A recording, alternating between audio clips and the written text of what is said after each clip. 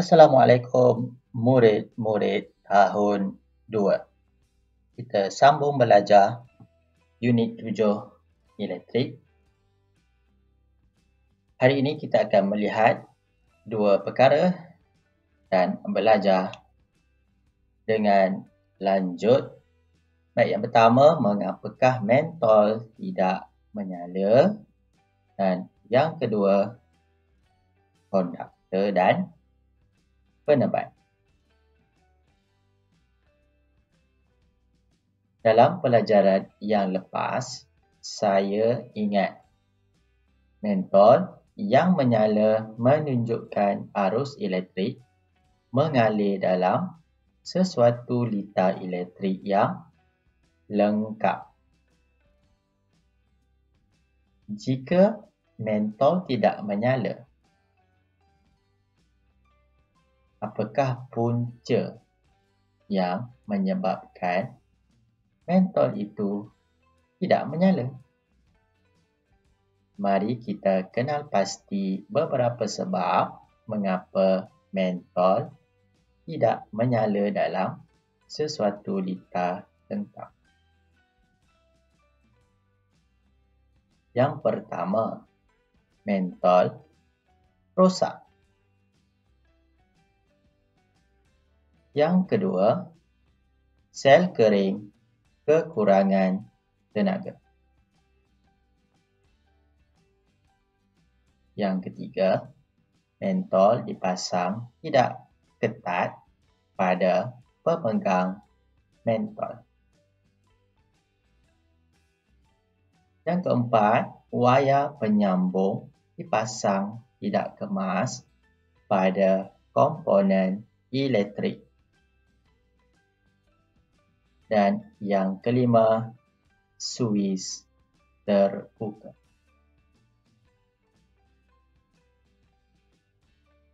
Bolehkah kamu fikirkan punca-punca lain mengapa mentol tidak menyala?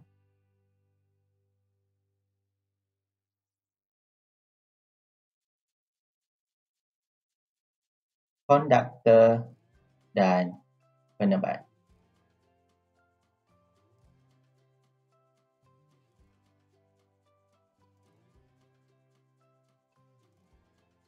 Konduktor bermaksud bahan yang membenarkan arus elektrik mengalir melaluinya. Sebagai contoh, di kertas.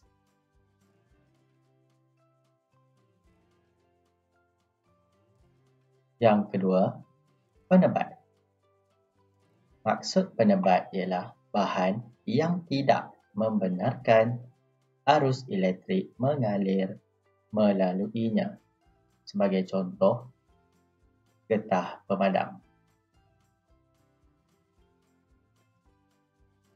Berikut ialah contoh-contoh bahan konduktor.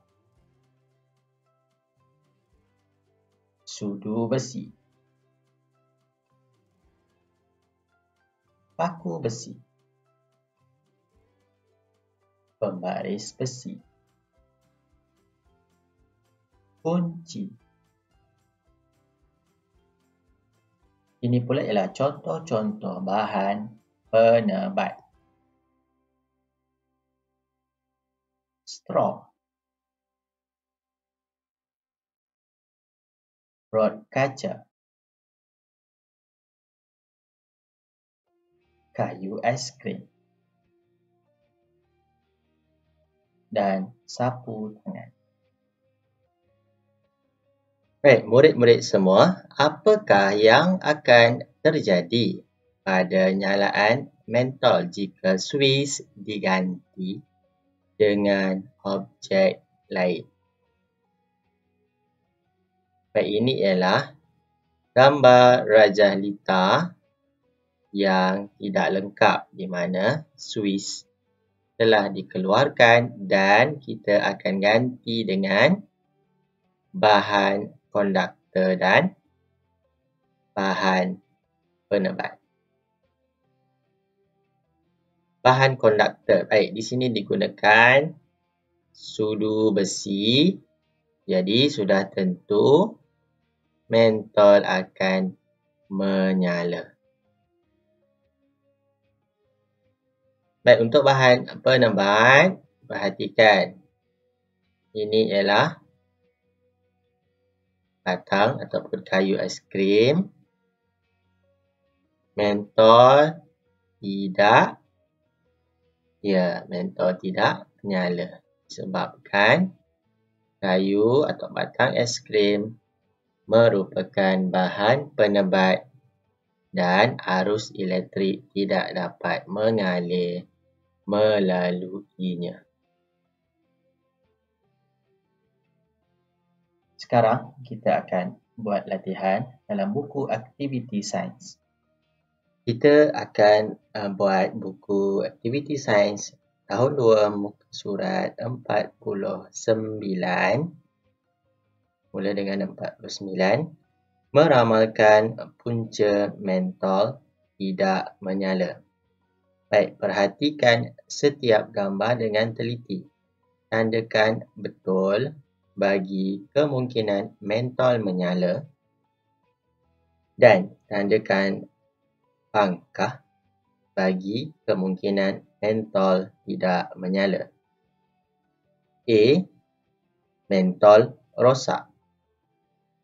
Dan yang sebelah kanan, mentol baharu.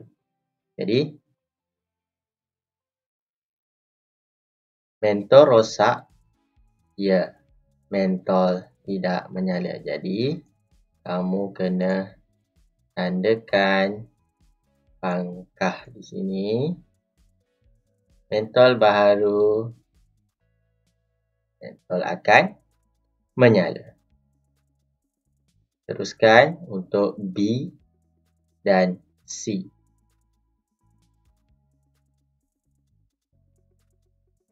Seterusnya, mengapakah mentol tidak menyala?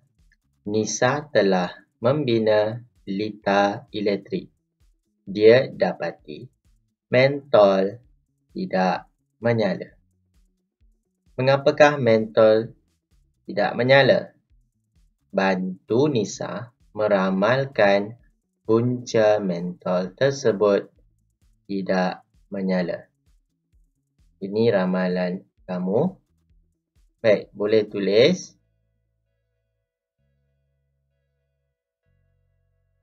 Apakah antara sebab mentol tidak menyala? Baik, yang pertama, kamu boleh tulis mentol rosak.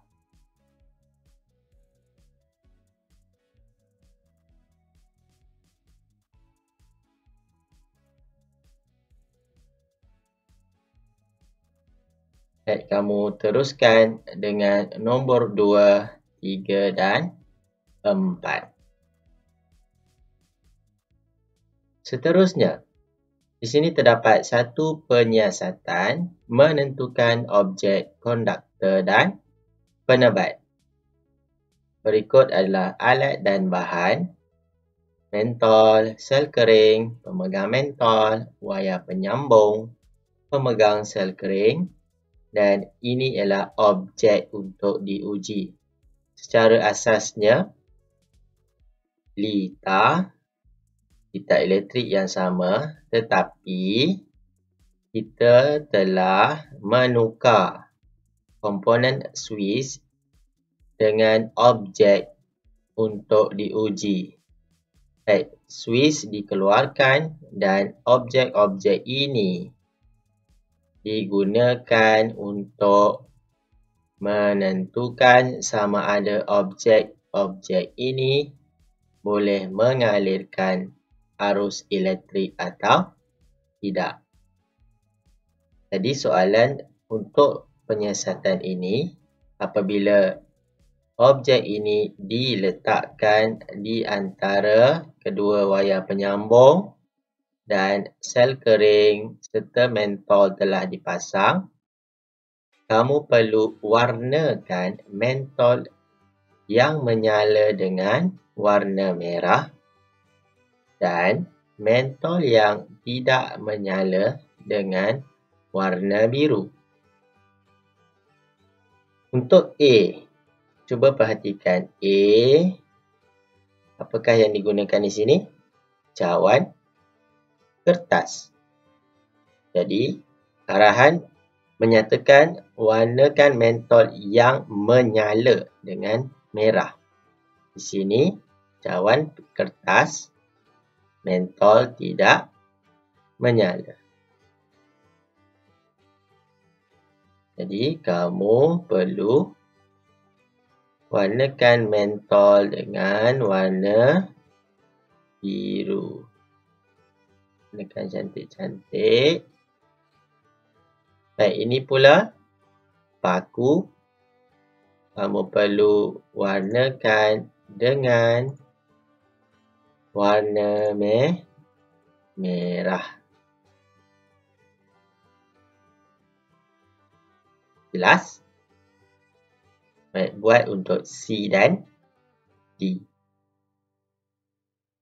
Seterusnya, kamu perlu mengelas objek-objek ini mengikut kumpulan konduktor, iaitu bahan yang boleh mengalirkan arus elektrik dan yang sebelah kanan penebat, bahan yang tidak membenarkan arus elektrik mengalir melaluinya.